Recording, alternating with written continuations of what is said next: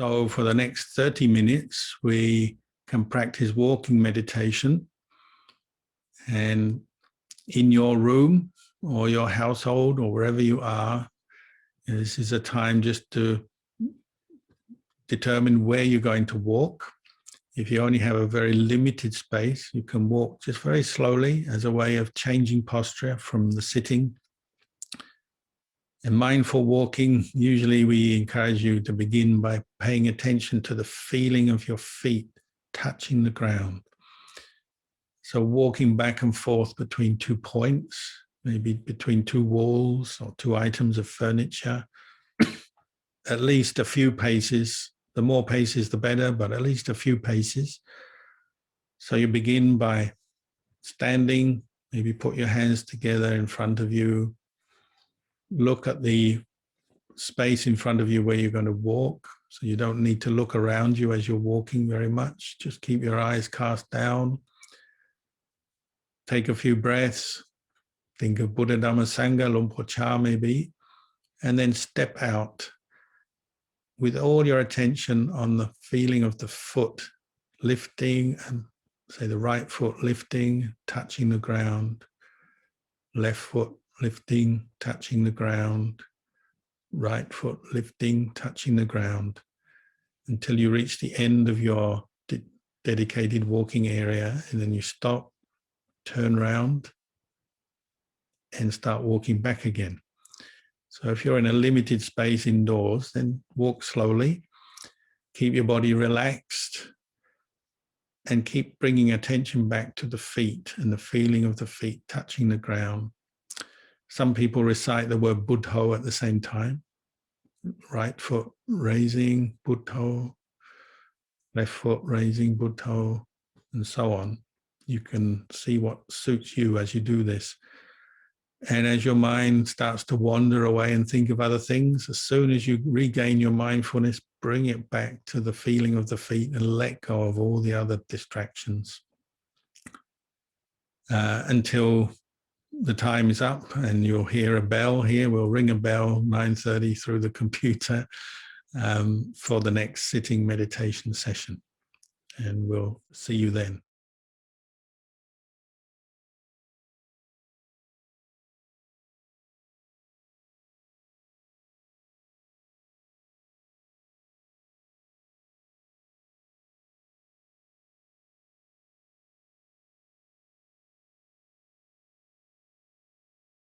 Coming back to the sitting posture after half an hour of walking meditation.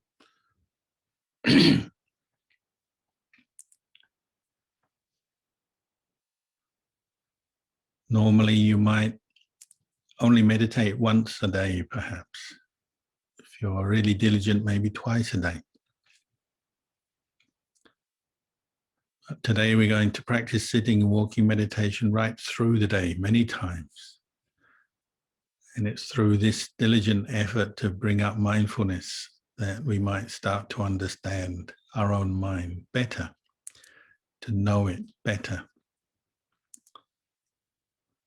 Ajahn Chah used to use the simile of the man trying to make fire by rubbing 2 sticks, to give an idea of how to practice putting right effort into the meditation. If you're trying to get fire from rubbing 2 sticks together, but as you rub, your wrists get tired and you put the sticks down, then when you pick the sticks up again, they've cooled.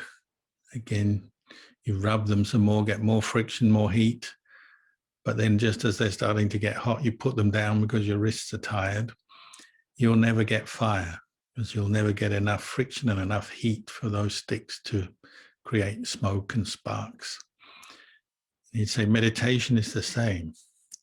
We need to keep coming back to the basic effort of establishing mindfulness on the breath and doing it repeatedly, summoning up fresh effort over and over again. So we need the patience and the endurance, and to remind ourselves why we're doing it. But Luang Por Chah encouraged us to use the breath as a meditation object, because it's a very natural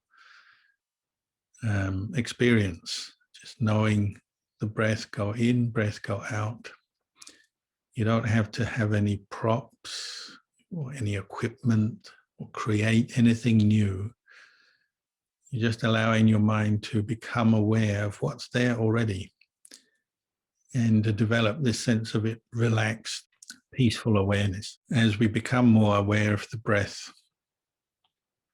going in, the breath going out, we become aware of the mind itself, because our mind is with the breath. Every moment we're mindful of the breath, we know where our mind is. It's right there. But what takes our awareness away from the breath is the sense impressions, the thinking that comes up as we're putting attention on the breath. These sense impressions, whether it's from the 5 external senses, like sight, sound, taste, touch, smell, or internally from the thinking mind, memories, images, thoughts coming up. These are all what we call aramana. In Thai, Luang Por used to say arom. But as we become more mindful, we're starting to see the 3 characteristics in these aramana, these different sense impressions, mental objects. These 3 universal characteristics become clearer to us. And we're seeing that all aramana arise into consciousness and then pass away again. They arise and cease. That's their nature. They're impermanent. So, for instance, you might hear a sound. You're sitting meditating. If your mindfulness is with the breath and your mind is clear, aware, there's the hearing of the sound, there's the impression, and then that aramana, that mental impression, dies away. When mindfulness is clear and strong and present, you'll see that. Sound is just sound. But when mindfulness is weak or not there at all, your ears hear the sound, and then with the perception that arises, we start to think, proliferate. So there's the thought, what is that sound? It's a man-made sound. We think, who's making that sound? If it's a pleasant sound, we say, oh, that's nice. It's an unpleasant sound. We say, who's making that sound? We don't like that, don't want that. It's distracting me. And off our mind goes, thinking about it. This is going on all the time through our day. Sounds are coming up into consciousness, sights, taste, smell, touch. Even when we're meditating, we're still, we're quiet.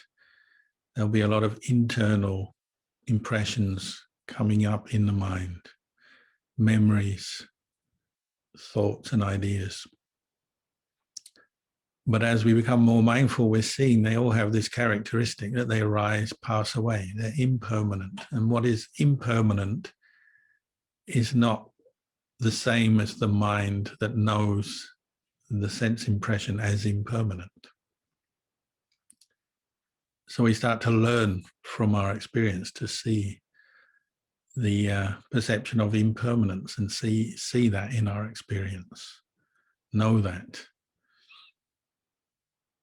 With that, you get a sense of separation. There's the knower and that which is known. And as we're meditating, we don't have to do anything. We're getting a rest from all that doing and activity that we do in life. We don't have to go anywhere. We don't have to make the mind a certain way.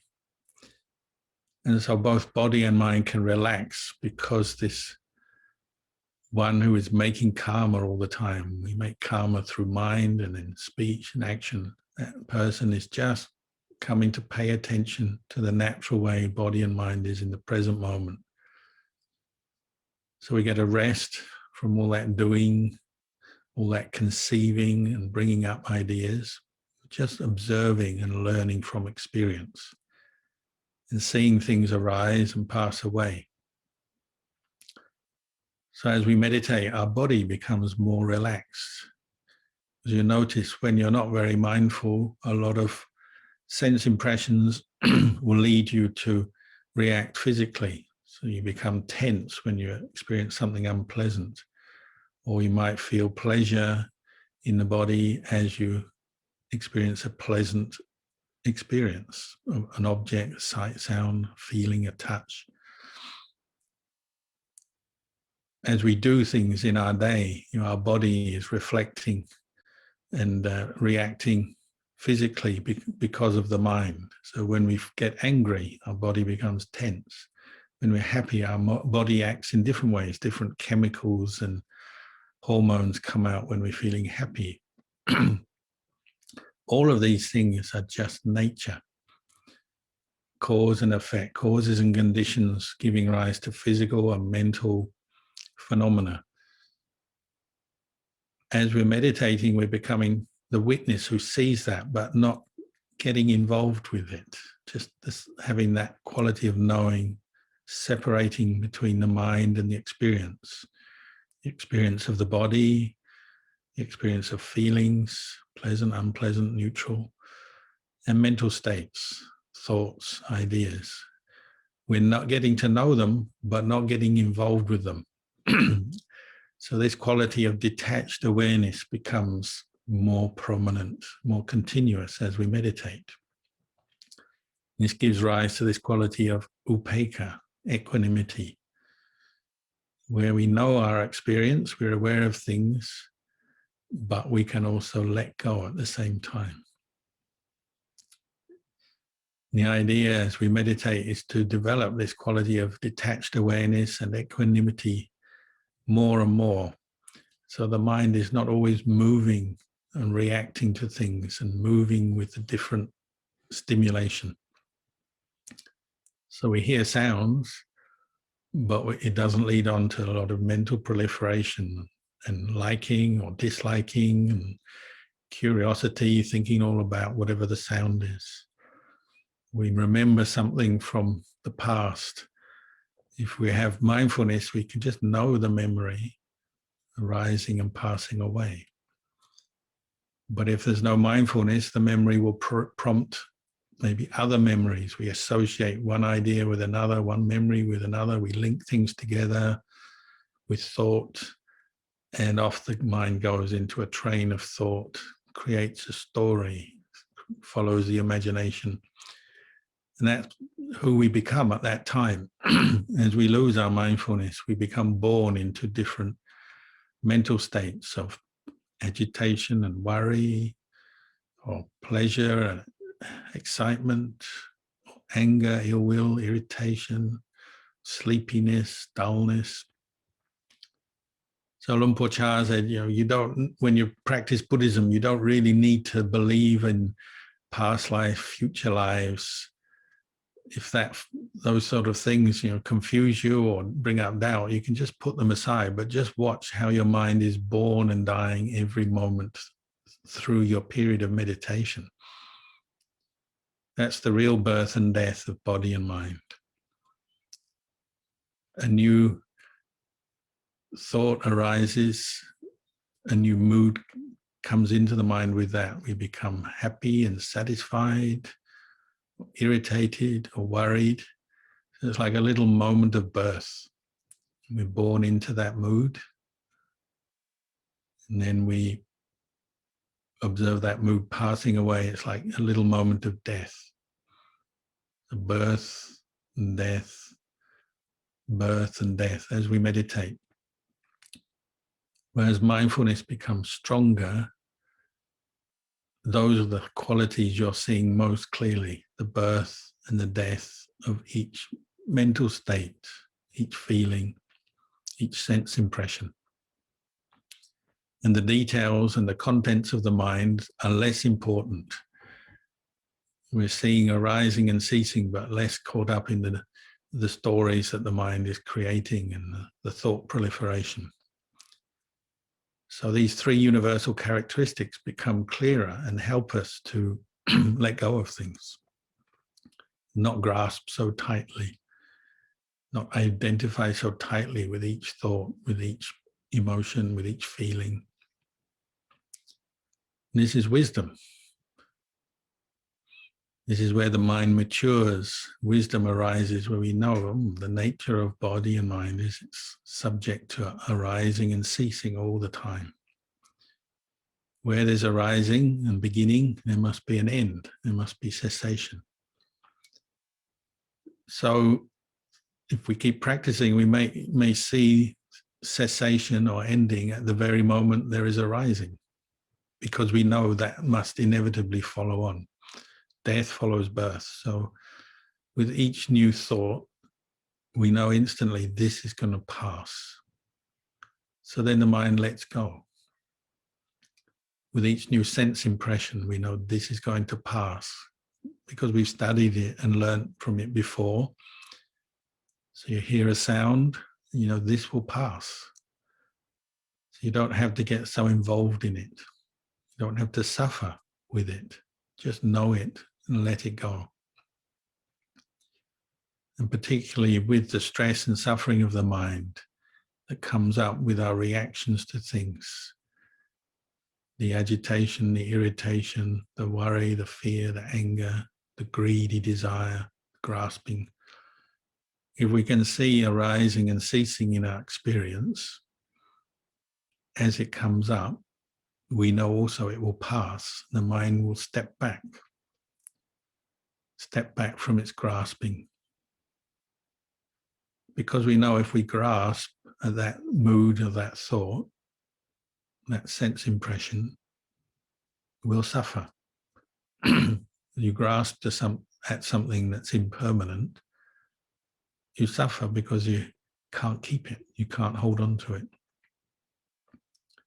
Each time you become angry, become worried, become attached, you suffer because it goes through a process of arising, ceasing. In the end, you could say we're forced to let go of things because things are impermanent. We can't hold on to them anyway. But when there's no mindfulness and awareness and we don't understand it, we suffer, don't we? We cling on, hoping to get back what we had before, or hoping to get rid of something that's arisen that we don't like. The mind is never at peace. It's always got an internal dialogue, judging things, complaining, criticizing, liking, wanting, desiring. It's never at peace because it doesn't see the arising and passing away of phenomena.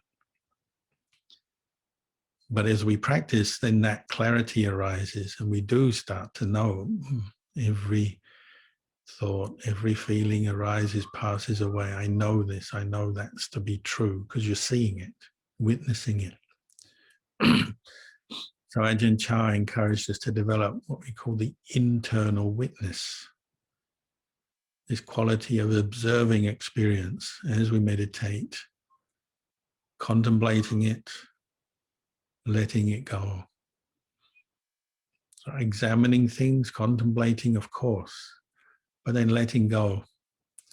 So there's this sense of separation between the mind that knows and what is being known. And there's peace there. So even very unpleasant memories, when you remember mistakes you've made or things that you've said and done that you regret, unpleasant things that happened to you, the memory arises, but the wisdom says this is impermanent and this is not self. So you're no longer grasping, identifying so strongly with such experiences. It helps us to just know a memory as a memory rather than getting caught up in it and experiencing those same old emotions over and over again. Or the desiring mind that keeps throwing up new things that it wants to be happy, new plans, new fantasies. By knowing the impermanence of these things, the mind can say it's impermanent. It arises, it passes away. It's just that much. arose and passed away in the past. Currently, I'm seeing it arise, pass away. In the future, if these thoughts come up again, they'll also arise and pass away. Start to trust in the wisdom of the mind that sees impermanence, unsatisfactoriness, not self. And this is where some real peace comes from understanding the way things are through your own experience. So we have a few minutes left for the meditation. I'm going to stop speaking now and we just quietly meditate together. Keep putting in the patient effort to bring up the mindfulness directed to the breath, observing sense impressions arising, passing away, but not clinging. And try to maintain your awareness for the next period of time till you hear the bell.